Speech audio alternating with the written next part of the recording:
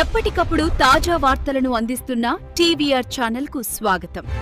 ప్రజల పక్షాన, ప్రజల గొంతుకై. నమస్తే, వెల్కమ్ టు టీవీఆర్ ఛానల్. ప్రతిక్షణం నిరంతర వార్తా ప్రసారాల కోసం మీకోసం. ఈ రెండు జడ్పీటీసీ ఎన్నికలు పోలింగ్ 7 గంటలకు ప్రారంభమైంది. ఇప్పుడు 12 అవుతా ఉంది. పోలింగ్ ప్రారంభం దగ్గర నుంచి ఒక పెద్ద అరాచకం రాజ్యమేలేటటువంటి పరిస్థితిలో ఇవాళ కనిపిస్తా ఉంది.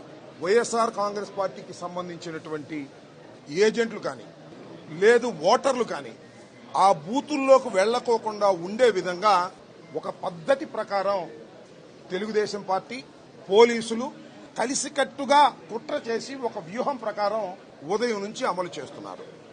మా పార్టీకి సంబంధించిన ఏజెంట్లు ఎవరైతే ఉన్నారో ఆ ఏజెంట్లు పోలింగ్ బూతుల్లోకి వెళ్తారు 7 గంటల ముందు. ఎక్కడా కూడా మా ఏజెంట్స్ ని అలౌ చేయలేదు.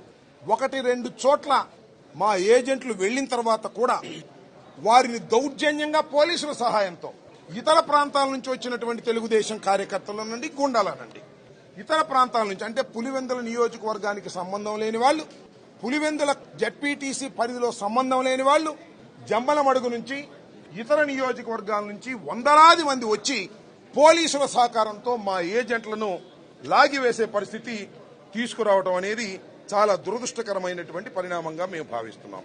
అదేవిధంగా మాజీ ఎంపీపీ పులివెందుల ఆయన బలరామరెడ్డి గారు, ఆయన ఒక బూత్ లో ఏజెంట్. ఆయన వెళ్ళలేలా బయటికి లాగేశారు. ఏజెంట్ లేకోకుండానే ఎన్నిక జరుగుతూ ఉంది, పోలింగ్ జరుగుతూ ఉంది.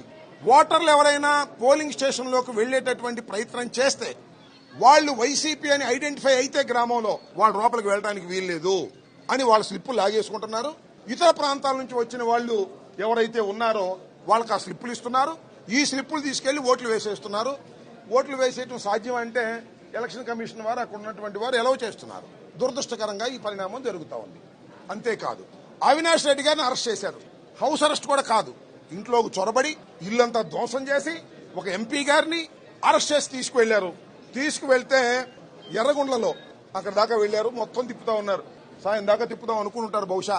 ఎర్రగొండలో సుధీర్ రెడ్డి గారు మాజీ ఎమ్మెల్యే గారు అడ్డం వచ్చారు. ఏంటండి మా అవినాష్ రెడ్డి గారిని ఈ విధంగా మీరు తిప్పుతున్నారు, ఆయనకి సర్వైకల్ స్పాండిలాసిస్ ఉంది, ఆరోగ్యం బాగోలేదు, మీరు తిప్పడానికి వీల్లేదని కార్యకర్తలు రివర్స్ అయిన తర్వాత గత్యంతరం లేని పరిస్థితుల్లో ఎర్రగొండలో అవినాష్ రెడ్డి గారిని ఈ సుధీర్ రెడ్డి గారి ఇంటికి తరలించారు. ఏమిటి అన్యాయం నేను అడుగుతా ఉన్నాను. ప్రజలు తిరగబడ్డారు. అక్కడ ఎక్కడైతే అవినాష్ రెడ్డి గారిని పులివెందుల్లో అరెస్ట్ చేసి మొత్తం తీసుకెళ్లి మొత్తం తిప్పాలని ప్రయత్నం చేస్తున్నారో ఎందుకు అరెస్ట్ చేశారు? ఇక్కడుండి ఎక్కడైతే అన్యాయం జరుగుతుందో ఆ అన్యాయాల గురించి మాట్లాడతాడనేటువంటి ఉద్దేశంతో ఈయన్ని అరెస్ట్ చేశారు. అరెస్ట్ చేసి తీసుకువెళ్తుంటే మధ్యలో ప్రజలు తిరుగుబడి మళ్ళా గత్యంతరం లేని పరిస్థితుల్లో తీసుకొచ్చి మరి సుధీర్ రెడ్డి ఇంటికాడ ఎర్రగొండలో పెట్టడం జరిగింది. ఇంకా సతీష్ రెడ్డి గారు ఆయన అరెస్ట్ చేశారు, ఇంట్లోనే కూర్చోబెట్టేటటువంటి కార్యక్రమం చేస్తున్నారు. ఎక్కడ చూసినా ఇలాంటి దౌర్జన్యం. ఇంకొక పెద్ద విచిత్రమైన విషయం మీకు చెప్తాను. మా క్యాండిడేట్ ఉన్నాడు కదా హేమంత్ రెడ్డి గారు, ఆయన జడ్పీటీసీ అభ్యర్థిగా పోటీ చేస్తున్న వ్యక్తి. తండ్రి గారు చనిపోతే ఆయన్ని పోటీ పెట్టాం మేము. ఆయన హౌస్ అరెస్ట్ చేశారండి. ఆయన తిరగని ఇట్లా క్యాండిడేట్ తిరగడానికి వీల్లేదు. తెలుగుదేశం క్యాండిడేట్ మాత్రం లతారెడ్డి గారు విచ్చలవిడిగా తిరగొచ్చు, ఓటర్ని ప్రభావితం చేయొచ్చు, మా వాళ్ళు మాత్రం తిరగడానికి వీల్లేదు అనేటువంటి కార్యక్రమం చేస్తున్నారు.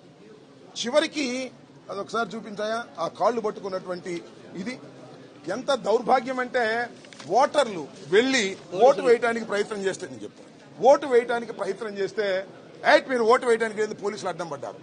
అడ్డం పడితే ఒక ఓటరు వెళ్లి ఇది ఎక్కడ నల్లగొండ్లపల్లి వెళ్లి కాళ్ళు పట్టుకోండి, అయ్యా నా ఓటు నేను వేసుకోవాలి, నన్ను అనుమతించండి, లోపలికి వెళ్లనివ్వటం లేదు మీరే అని అడ్డం పడాల్సిన పరిస్థితి ఏర్పడింది. పోలీసుల్ని కాళ్లు పట్టుకొని నా ఓటు హక్కును వినియోగించుకోవాలని తాపత్రయపడేటటువంటి పరిస్థితి ఈ నల్లగొండ్లపాడులో జరిగింది. ఎంత దారుణం అండి ఇది, ఎంత దుర్మార్గం అండి. దీన్ని బట్టి అర్థమవుతుంది ఏంటంటే ఒకటే, అసలు ఎప్పుడైతే ఈ రాష్ట్రంలో చాలా జడ్పీటీసీలు ఉన్నాయి, ఎన్నికలు జరగవలసినవి, కేవలం 2 మాత్రం ఎన్నికల కమిషన్ వారు ప్రకటించారు. ఆ 2 కడప జిల్లావే, ఒకటి పులివెందుల, ఒకటి ఒంటిమిట్ట. ఈ 2 ఎందుకు ప్రకటించారు? కుట్ర అక్కడే ప్రారంభమైందని చెప్పదలుచుకున్నాను నేను.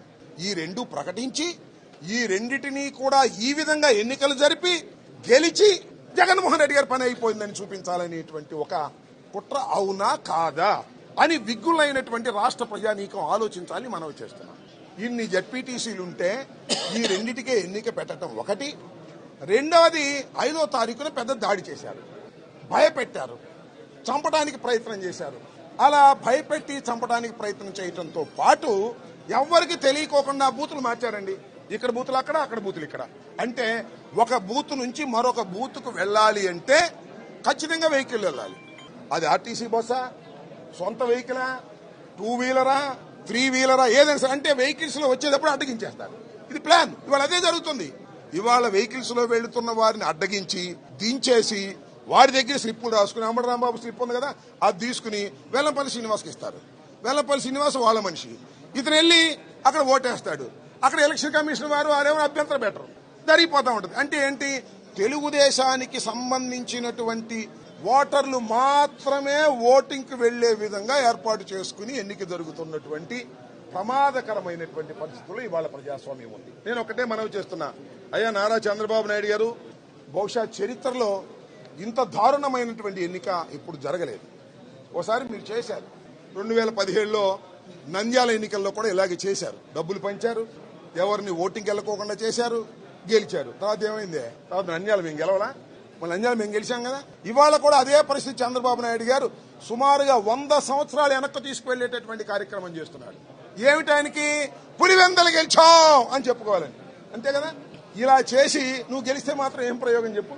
ఇంత దారుణంగా, ఇంత డెలిబరేట్ గా ప్రజాస్వామ్యాన్ని కూనీ చేసే విధంగా మా ఏజెంట్లు లేకోకుండా, మా ఓటర్లు లేకోకుండా, పక్కన ఉన్నటువంటి గ్రామాల నుంచి, పక్కన ఉన్నటువంటి నియోజకవర్గాల నుంచి ఓటర్లను తీసుకొచ్చి ఆ ఓటర్ల చేత ఓట్లు వేయించుకునేటటువంటి కార్యక్రమం చేసి ఇవాళ మీరు గెలవాలనేటువంటి ప్రయత్నం చేస్తున్నారు.